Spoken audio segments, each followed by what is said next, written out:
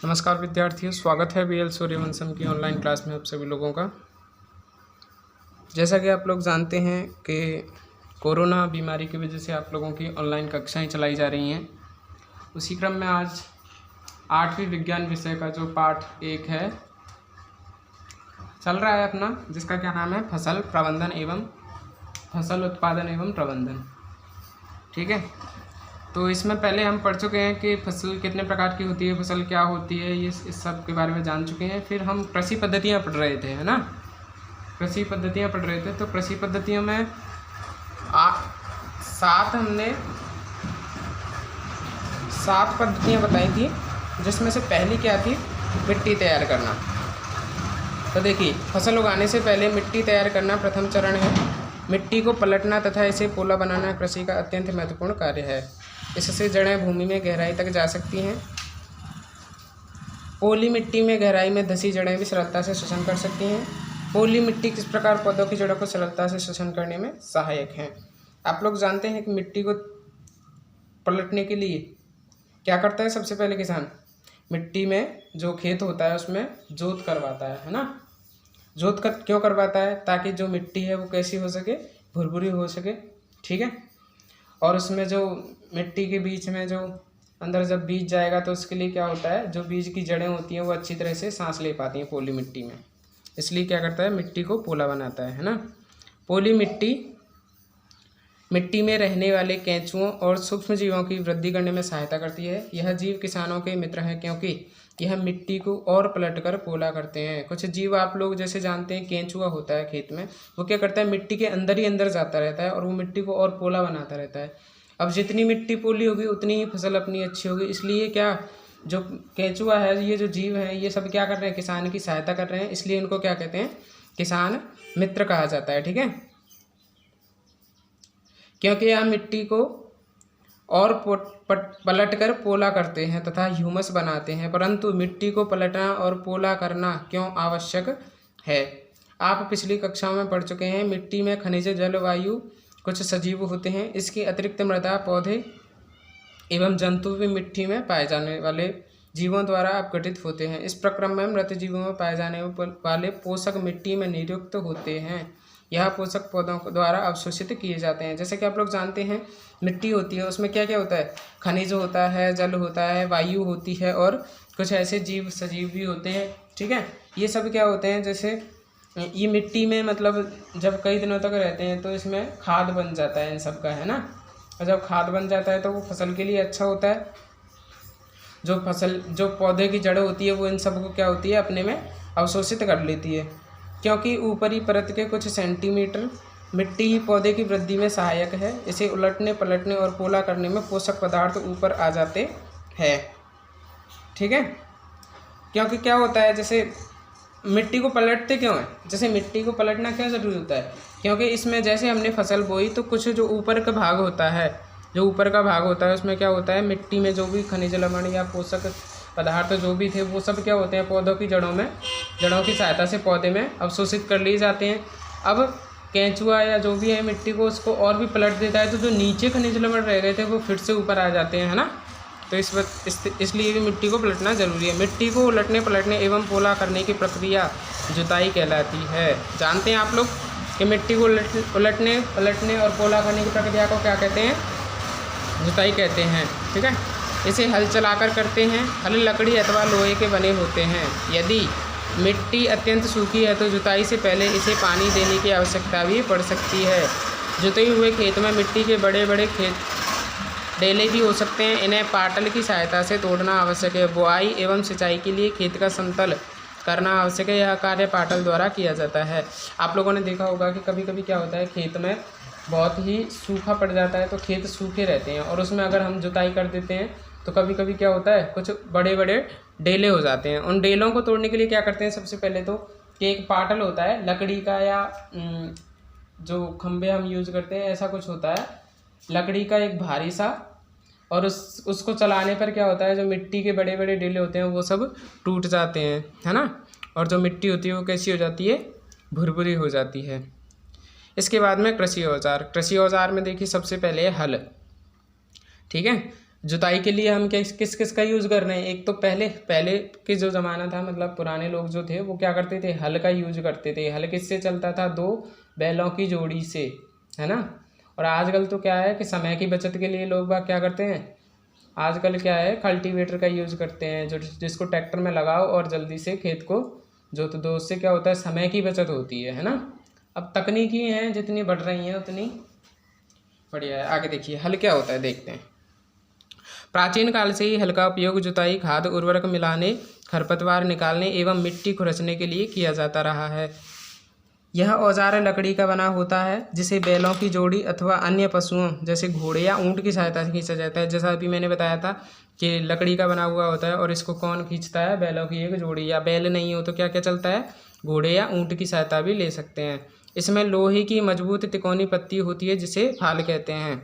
ठीक है, इसमें मजबूत लोहे की एक तिकोनी होती है, इसे क्या कहते हैं। देखो ये दिख रहा है तुम्हें हल, ये लकड़ी का हल है और इसमें दो बैल लगे हुए हैं, इसको किसान चला रहा है। इसमें देखो एक यहाँ पर लोहे की एक पत्ती होती है, ये तिकोनी होती है, 1 2 3 तिकोनी है ना, इसको क्या कहते हैं, फाल कहते हैं। इसके बाद में देखिए हल का मुख्य भाग लंबी लकड़ी का बना होता है जिसे क्या कहते हैं, हल सेफ्ट कहते हैं। तुम्हें दिख रहा है ये जो लंबी सी लकड़ी एक बीच में लगी हुई है, ये होता है इसका मुख्य भाग, इसको क्या कहते हैं, हल सेफ्ट कहते हैं। दूसरे एक सिरे पर हैंडल होता है तथा दूसरे सिरे जोत के डंडे से जुड़ा होता है जिसे बैलों की गर्दन के ऊपर रखा जाता है। ये जो है इसका जो हल सेफ्ट है, इसको तो जोड़ एक तरफ तो जोड़ दिया इस डंडे से, जो क्या होता है बैलों की गर्दन के ऊपर रखा जाता है, और दूसरा किससे जुड़ा हुआ है, जोत से, जिसकी सहायता से क्या हो रही है, जोत हो रही है। एक जोड़ी बैल एवं एक आदमी इसे सरलता से चला सकता है, जैसा कि चित्र में दिखाया गया है। लेकिन आजकल क्या हो रहा है कि लोहे की हल तेजी से देसी लकड़ी के हल की जगह ले रहे हैं। क्या हो रहा है, लोहे के हल इनकी जगह ले रहे हैं, लकड़ी का काम हटा दिया, अब लोहे का काम चल रहा है। इसका नाम है कुदाली। सरल औजार है, इसका उपयोग खरपतवार निकालने, मिट्टी को पोला करने के लिए किया जाता है। इसमें लकड़ी एवं लोहे की छड़ होती है जिसके एक सिरे पर लोहे की छड़ और मुड़ी प्लेट लगी होती है जो ब्लेड की तरह कार्य करती है। इसका दूसरा सिरा पशुओं द्वारा खींचा जाता है। देखिए ये है, पहले अभी हमने देखा था वो लकड़ी का था हल, ये क्या है, लोहे का, इसका नाम है कुदाली। इसमें ये सब लोहे का है, इसमें एक ब्लेड ये लगा हुआ है, लोहे की प्लेट, जिसका क्या बोलते हैं, इसे ब्लेड की तरह कार्य करती है, मतलब जोतने के लिए यही काम आती है। अगला है कल्टीवेटर। कल्टीवेटर आप सभी लोग जानते हैं, आजकल जुताई ट्रैक्टर द्वारा संचालित कल्टीवेटर से की जाती है। कल्टीवेटर के उपयोग से श्रम एवं समय दोनों की बचत होती है। इसमें मेहनत भी कम लगती है एवं समय भी बचता है। ठीक है, अब देखिए जैसे ही हमने मिट्टी को तैयार कर लिया, जुताई कर ली, अब उसके बाद में क्या करते हैं, बुआई करेंगे। ठीक है, तो बुआई के लिए सबसे ज़्यादा महत्वपूर्ण जो बात है वो कौन सी है, क्या है, बीजों का चयन होता है। बीज का चयन कैसे किया जाता है, देखिए बुआई फसल उत्पादन का सबसे महत्वपूर्ण चरण है। बोने से पहले अच्छी गुणवत्ता वाले साफ एवं स्वस्थ बीजों का चयन किया जाता है।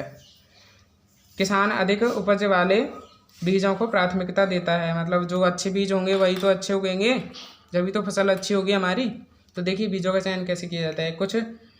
कुछ बीज एक क्रियाकलाप करते हैं। देखिए बीज लेते हैं और उनको क्या करते हैं, एक पानी से भरी हुई बाल्टी के अंदर डाल देते हैं। तो क्या होता है, जो खराब बीज होते हैं या पोले होते हैं वो क्या होते हैं, ऊपर की ओर तैरने लग जाते हैं, है ना। देखा होगा आप लोगों ने, घर में भी कई बार ये ऐसा होता है कि रखे हुए गेहूँ या चना जो भी है ख़राब हो जाते हैं, तो क्या करते हैं, उनको पानी में डालते हैं, तो जो ख़राब गेहूँ या चना होते हैं वो क्या होते हैं, ऊपर आ जाते हैं, उनको निकाल लिया जाता है, और जो नीचे रह जाते हैं वो अच्छे गेहूँ या चना होते हैं, है ना। यही ऐसे ही जैसे बीज का चयन जब भी करना है हमें, तो जो नीचे रह गया उस बीज को हम बोने के लिए फिर प्रयोग में लेते हैं। परंपरागत औजार। बुआई के लिए देखिए किन किन औजारों का यूज किया जाता है। परंपरागत रूप से बीजों की बुआई में इस्तेमाल की जाने वाला औजार कीप के आकार का होता है। कीप के आकार का होता है। बीजों को कीप के अंदर डालने पर 2 या 3 नुकीले सिरों वाले पाइपों से गुजरते हैं। सिरे मिट्टी को भेदकर बीज की स्थापित कर देते हैं। देखो क्या होता है, पहले के लोग करते थे, आजकल तो इसका यूज़ नहीं करते हैं। आप पहले के देखो किसान हैं, ये इसको बोलते हैं कीप, है ना, क्या बोलते हैं, कीप। इसमें बीज हाथ से डालने पड़ते हैं और इसमें जो 3-4 नलियाँ लगी होती हैं, और वो नलियाँ क्या होती हैं, मिट्टी के अंदर बीज को पहुंचाती हैं। इसमें डालते जाते हैं, इसकी सहायता से वो पाइप में जाता है, पाइप से नलियों में जाता है, और वो नलियाँ क्या करती हैं, उनको एक एक मतलब जो नलियाँ हैं उनमें से मिट्टी के अंदर बीज चले जाते हैं।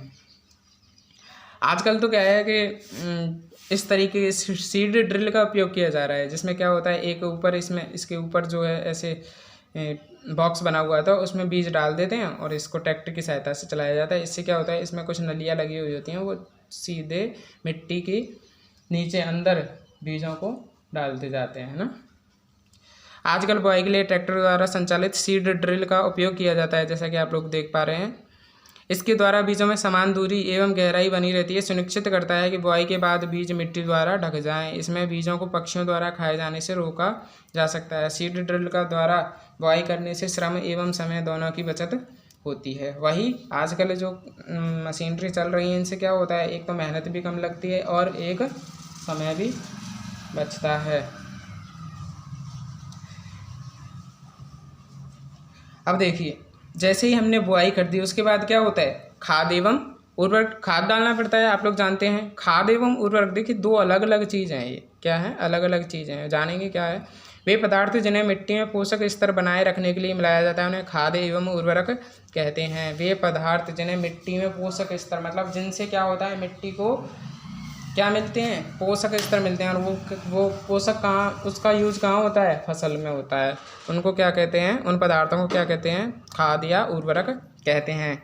मिट्टी फसल को खनिज प्रदान करती है। यह पोषक पौधों की वृद्धि के लिए आवश्यक है। कुछ क्षेत्रों में किसान खेत में एक के बाद दूसरी फसल उगाता रहता है। खेत कभी भी खाली नहीं छोड़े जाते। कल्पना कीजिए पोषकों का क्या होता है। देखिए आप लोग जानते हैं कि कई जगह पे क्या होता है, लगातार महीने मतलब 4 महीने बाद, हर 4 महीने बाद फसल उगाई जाती है। साल में 3 या 4 फसलें उगाते हैं। तो उससे क्या होता है, खेत में जो पोषक तत्व हैं, खेत की जो मिट्टी है वो क्या हो जाती है, पोषक तत्वों की कमी हो जाती है। तो उससे खेत खराब हो जाता है। तो उसके लिए क्या किया जाता है, सबसे पहले खाद दिया जाता है या उर्वरक, है ना। फसलों के लगातार उगाने से मिट्टी में कुछ पोषकों की कमी हो जाती है।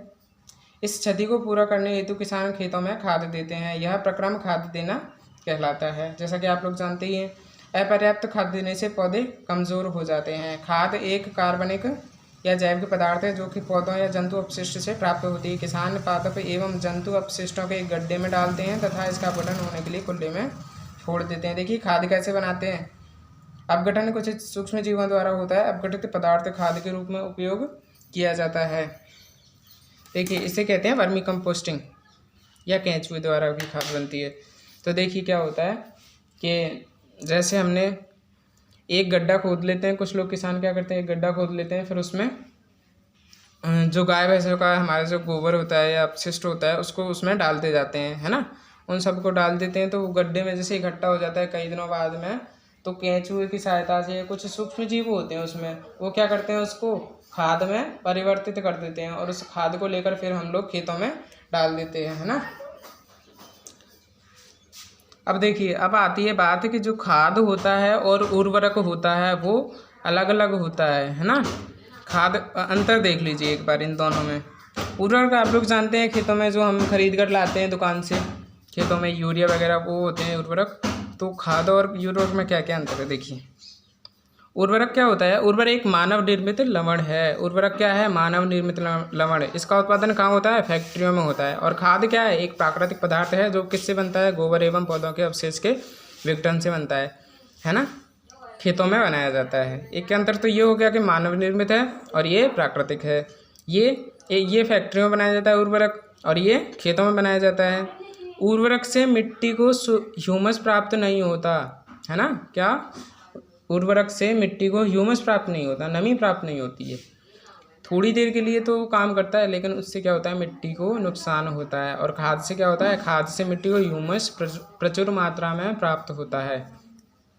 उर्वरक में पादप पोषक जैसे कि नाइट्रोजन, फास्फोरस, पोटेशियम प्रचुर मात्रा में होते हैं। जो पोषक तत्व होते हैं कौन कौन से, नाइट्रोजन होता है, फास्फोरस होता है या पोटेशियम होता है, ये सब उर्वरक से तो मिलते हैं।